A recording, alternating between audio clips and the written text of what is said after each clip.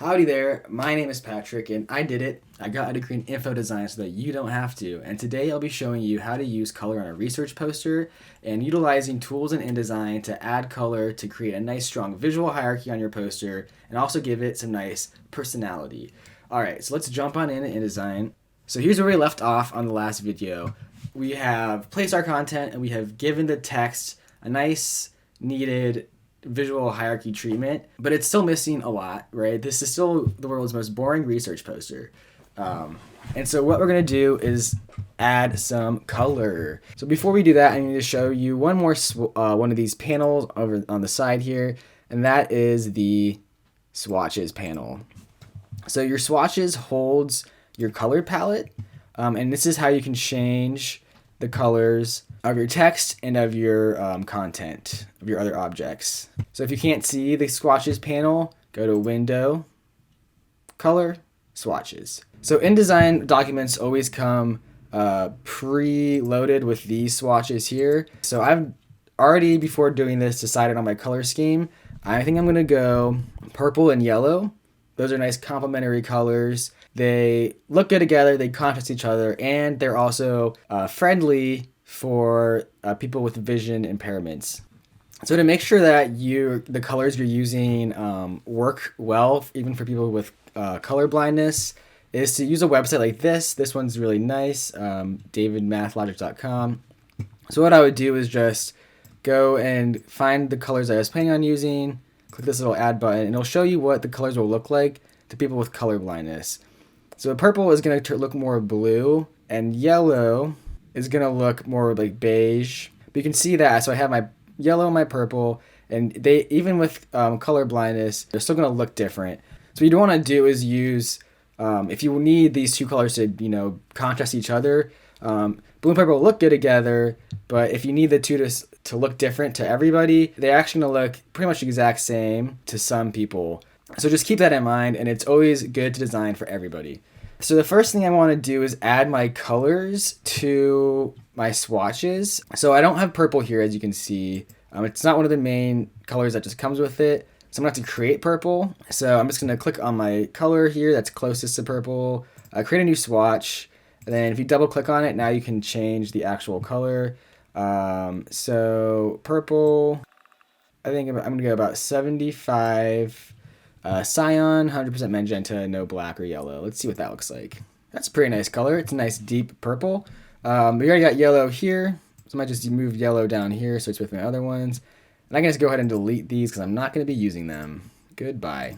You can see here I can change the color of this shape by selecting it and then changing, clicking on the swatch that I want to use. I can also change the outline. So up here you can see there is a filled in box and a hollow box. The hollow box is for the outline, so if I want to make this have a yellow border, I can. It's hard to see because the border is really small right now. But there you go. You can click on this arrow to switch them back and forth. So that's how you change the color of objects as well as their strokes or their borders. You can also see down here in the tool panel is another place you can do this. And so if I just wanted to change, I was like, I just want to change this color really quickly. You can also double click on the fill. And it'll pull up this color picker. I can change it now to green. It isn't one of the swatches anymore, but I can add this color by clicking the plus sign. So I got my two colors. Let's start designing with them. So the first thing I need to do is create better hierarchy because this is still all kind of running together. And I'm going to do that by creating the most contrast I possibly can with my top level, so my title. And I'm going to do that by creating a rectangle, boom, that kind of blocks off this top section. Let's turn it black, and you can see that we've lost our title and headline. Not only because it's a black background and black text, but also because this square is actually in front of the text. Essentially on InDesign, you can imagine everything is stacked on top of each other. So if you want to send it back just one level, do Command open bracket, send it to the very, very back, Command Shift open bracket. And the same for forwards as with the other bracket. So let's just go ahead and send this to the back with that hotkey. And now we can at least see my title and my name. And I wanted this to be black though, to create a lot of contrast. And I want to turn this white, and this maybe we'll use my accent color.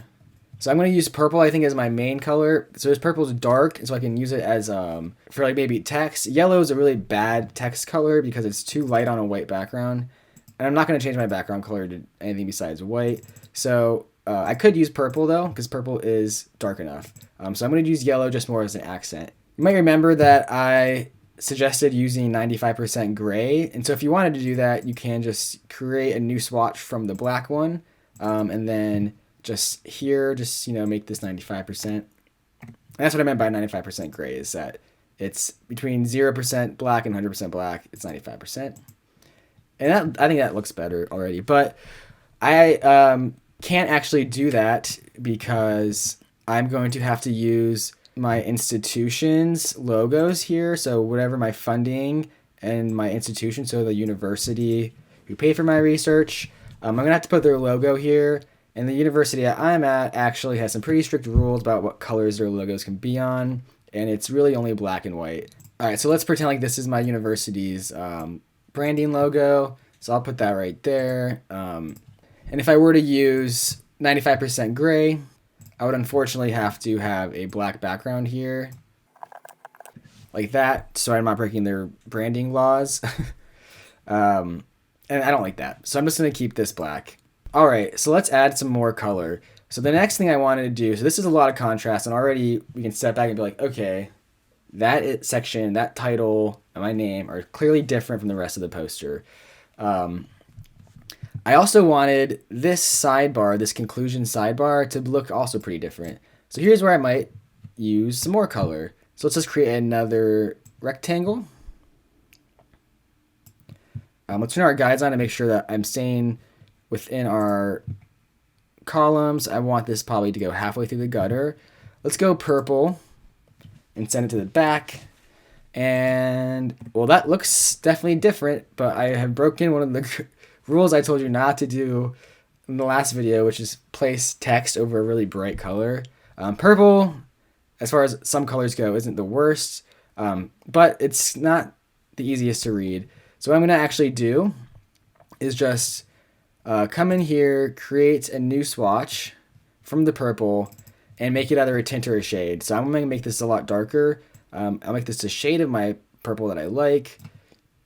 So now it's much darker. I can turn this text white. Boom. Super easy to read. And so there you go. Now we have that blocked off and the top. And we're getting somewhere. We've added some hierarchy. We've added some color. I think what I'm going to do is pull in my really bright purple as a little design element right here, just so that it doesn't feel random to have purple over there. So I'll just have a little kind of line at the base of my, there we go. Looking good. And we can also use color to kind of better create hierarchy in our sections too. So I think that these are probably too close to the top here. So I'm going to move them down a little bit. So I feel like I kind of have two options for using color to create more hierarchy within my sections. And that would be to either make this purple. I don't hate it, but I think we can do better. I think maybe using the yellow might look okay. So let's maybe make a little box behind the subheading. Little yellow box. Send it to the back. So this box has a stroke that I don't want to have on there. So you can click none to remove that stroke. And now I think that'll maybe separate the sections a little bit better. But now I have the problem where I can't select the box because it's behind the text. So if you hold down Command while clicking Stacked Objects, you'll select the one from the back. There you go. And I want to add this to the rest of my subheadings. So I can copy and paste it, or I can hold down Option Command and drag it, and that will just create a copy. Don't worry, these These shortcuts are all on the cheat sheet. Okay, let's step back and look at what I've done. Well, I don't love it. I don't hate it, but I don't love it. I think it looks kind of like like a highlighter. I think this yellow might be a little bit too much. I kind of want it to be more of a gold, actually, I think. So let's bump up the magenta. There we go. I like that better already. Okay, and another thing, it looks kind of funky because the ends of my subheadings are kind of running into this border I've just created. So I can fix that by going to my paragraph panel, and either here in left indent or first line indent, just click on 1, 2, 3 maybe, and then it'll be a little bit farther from the edge, and it looks a little bit better. So we can just apply it to all of our different subheadings by going to the paragraph style actually and editing this directly. So clicking, oops. So by clicking subheading with nothing else selected, go to indents and spacing, and we had our left indent set at, I think it was 1.8, and there we go. Now they've all bumped off a little bit. And that looks pretty good. That looks better. It's pretty clear where each of my sections are. I mean, one last thing, obviously this will have to be white text if it's going to be down here. I don't really want this to have too much contrast, so maybe I'll actually put this in a box of its own. And maybe this box is, maybe we'll use a tint of purple for that down there. Maybe I will go ahead and, bold the subheadings and make each of these maybe a little bit bigger. But I think 24 point should be okay for this content. And there we go. All right, bonus tidbit. So if you have a picture, like a really nice picture you want to include on your poster, you can actually use that as inspiration for your color swatches. So I'm not sure why I'd ever want to use a picture of me at a beach on my research poster, but here's a little tool called the eyedropper tool. If you click it, it looks like a little eyedropper. If you click it and then hover over a color and click again, you'll actually pull up that color. So we can see it's this weird maroon color. So I could add that to my swatches. Maybe I want to get some of the ocean sky color in there. The hotkey for the eyedropper is the I key, the letter I key. Boom. So here we go. This could be a color palette. And it would look nice with my photo because I've drawn the colors from the photos, right? So let's say that this is what I wanted to do for my poster. I could, easily just there. And so now I have a color palette that is taken directly from, one of the main elements of this poster.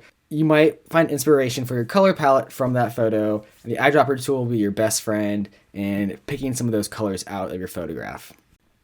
So we've come pretty far with just color and type, right? So here's where we started, and here we are now.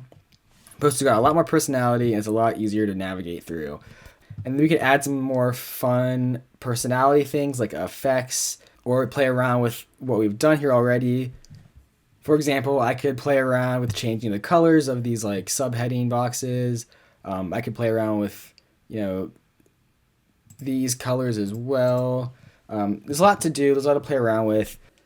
All right, so this is a pretty usable poster, but we can still make it better. So in the next couple of videos, we will zhuzh it up a little bit, make it a little more fun, and make it more inviting for someone to want to come in and interact with this poster.